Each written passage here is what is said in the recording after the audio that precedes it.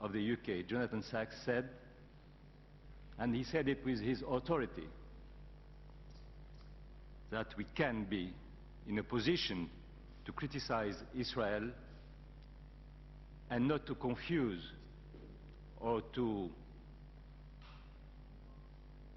amalgamate this situation with the fight against anti-Semitism.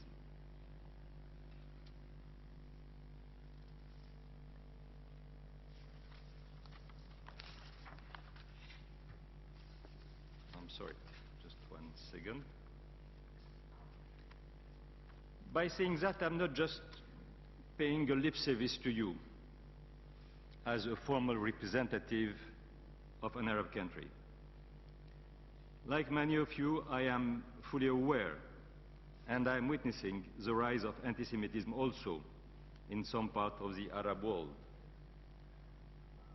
where some didn't resist the temptation to use for their own domestic agenda or to focus on negationism and on Holocaust denial.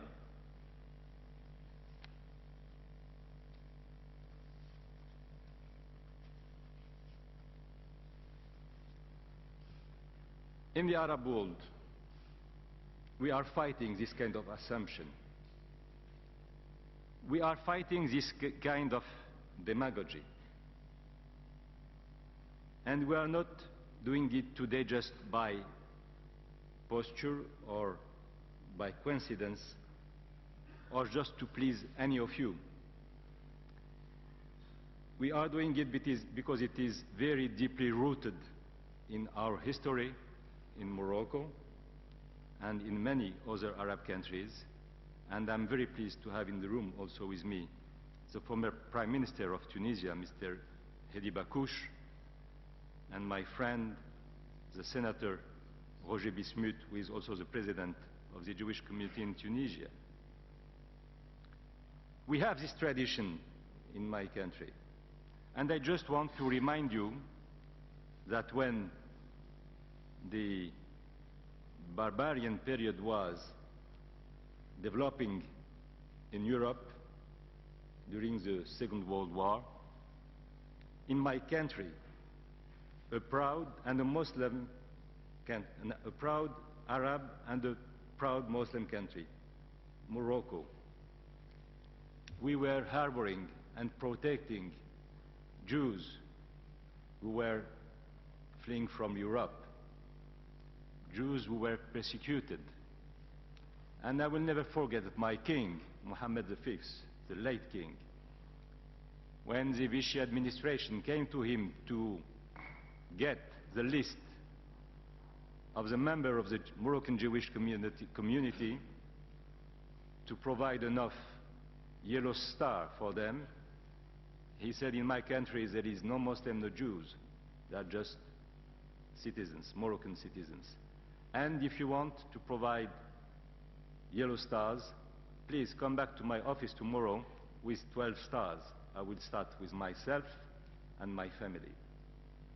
It was Morocco, it was the Arab world, and it was the Muslim world.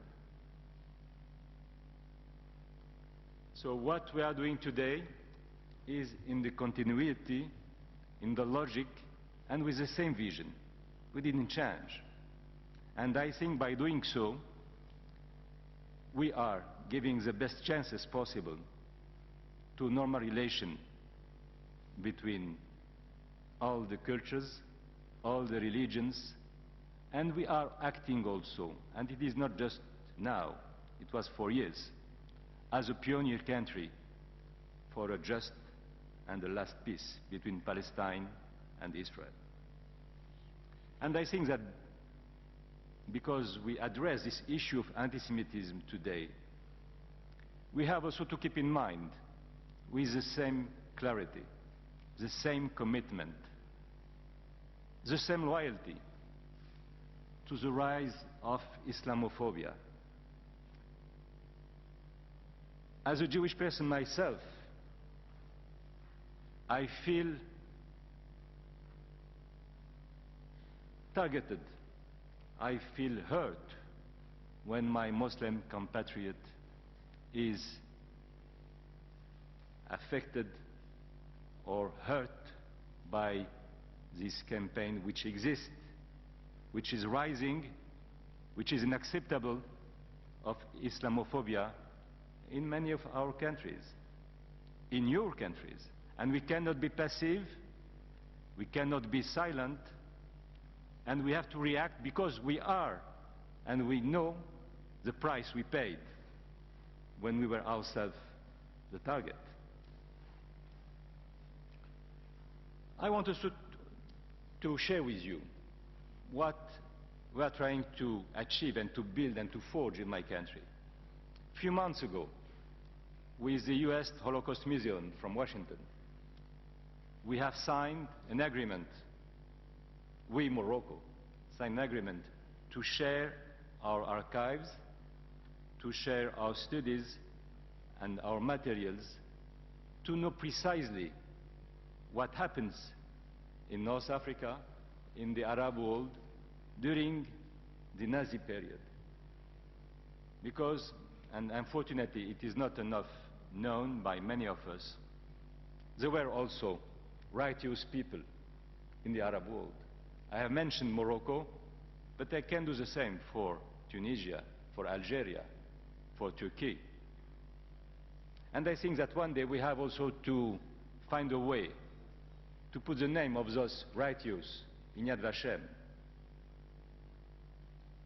It is not just, it is not acceptable that speaking about this in February 2009, it is still not, it was not still not made. And we have to be mobilized and to try to do our best to send this signal. I want also to tell you and to share with you a project which is developed by my friend Abe, who is in the room, and it has also something to do with Morocco. We have created in Paris, but with the participation of many leaders, experts from the Muslim and the Arab world, a project named Aladdin. A project which we will work on the understanding, the reading, and the realities of this Nazi period in the Arab world and the Holocaust as it is understood in the Muslim world. And we have already achieved some